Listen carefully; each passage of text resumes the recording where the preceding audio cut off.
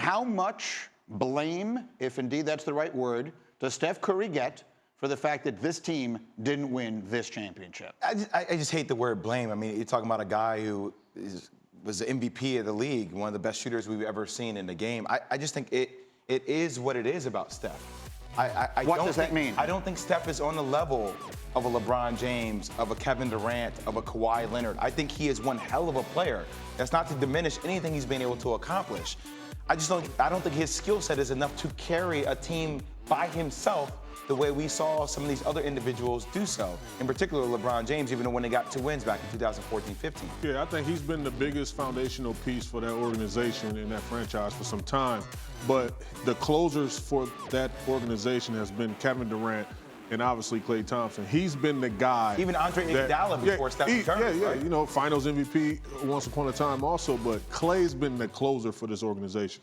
Look, Steph Curry is we brought this up a little bit earlier this morning, and you raised a really valid comparison, which is that when this group of Warriors won their first championship, people, and there was legitimately a number of people who were criticizing LeBron James for not winning that year, even though he was playing without Kyrie Irving and he was playing without Kevin Love. Now, for the record, I was on the opposite side of that. I said LeBron James should have been the MVP of that series, and I will believe that to my final day.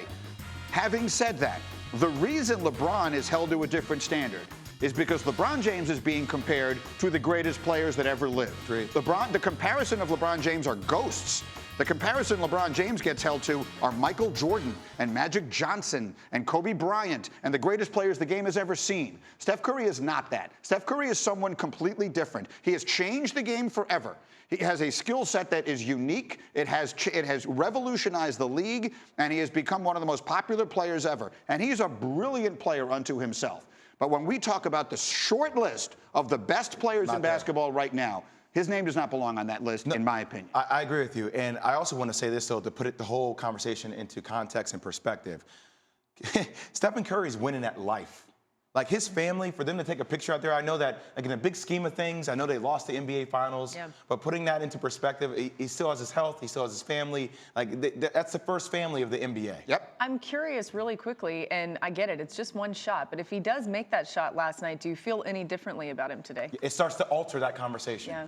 You saw the stat. Analytics speak highly about it. It alters that conversation. It's an excellent question, and I will ask it to you in the reverse. If Michael Jordan missed that shot against Cleveland in Game 5, the shot over Elo in 1989, if that hit the back of the rim and bounced off, we talk about him differently. It's a make-or-miss league. Yes, it is. It's a make-or-miss world. And to your point, Steph Curry has eagled the whole of life. Okay, no one is suggesting otherwise. We're talking about the absolute apex of the sport right now, which brings us to this morning's best question.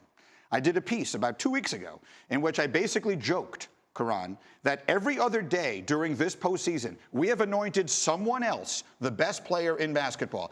It was during the course of this time, everyone from Damian Lillard to Joel Embiid to Kevin Durant to this one, that one, and the next. It's over now. Right this minute, who is the best basketball player in the world? Healthy, Kevin Durant. Available right now, I would say Kawhi Leonard. But you would still take Durant? I would take Durant healthy. All other things being equal. How about you? It's hard. Kawhi Leonard. Kawhi Leonard. It's seeing everything right in front, the way he's played, defensively, how he is. He's the best defensive player in the league. Offensively, how efficient he's been able to be. And look, everybody knows that KD's my brother. I love KD. KD's the most gifted scorer I've ever seen in the game, in the history of basketball. I just think Kawhi being able to do it on both ends makes him so unique. It's fascinating to me that you chose him for a variety of reasons, including when we talked about this in the meeting. You chose you up. You chose Kevin Durant. Yeah. You chose me up. You set me up to throw me a curveball. I struggle with it. It's really because they both do so many things so well. People immediately jump to the illusion of he's the closest thing to Michael Jordan. He's the closest thing to Kobe Bryant that I've seen in some time. You know, when you're talking about two-way guy, killer mentality, got the killer instincts on both ends of the floor, close thing I've seen. I just hate this conversation because it's like, you know, like you said, you watch LeBron James in person, that dude's so different. He's so different too, and it's like I know out of sight, out of mind, recency bias, but like it's hard for me to say He's one's still the in best. mind, though. It's those three are just drastically different. Giannis is on his way there, but those three are drastically different than everybody else. Two thoughts enter my mind as we're talking about this. One, as they popped up that video of Kawhi during these finals, as you were talking about him, it occurs to me that we really got cheated out of what could have been one of the great matchups of all time. These finals should have been Kevin Durant against Kawhi Leonard. Yes. Having said that, I don't think I'm the only one who would project that had that been the case, Golden State would have won. Right, the Warriors would have won, and maybe somewhat easily.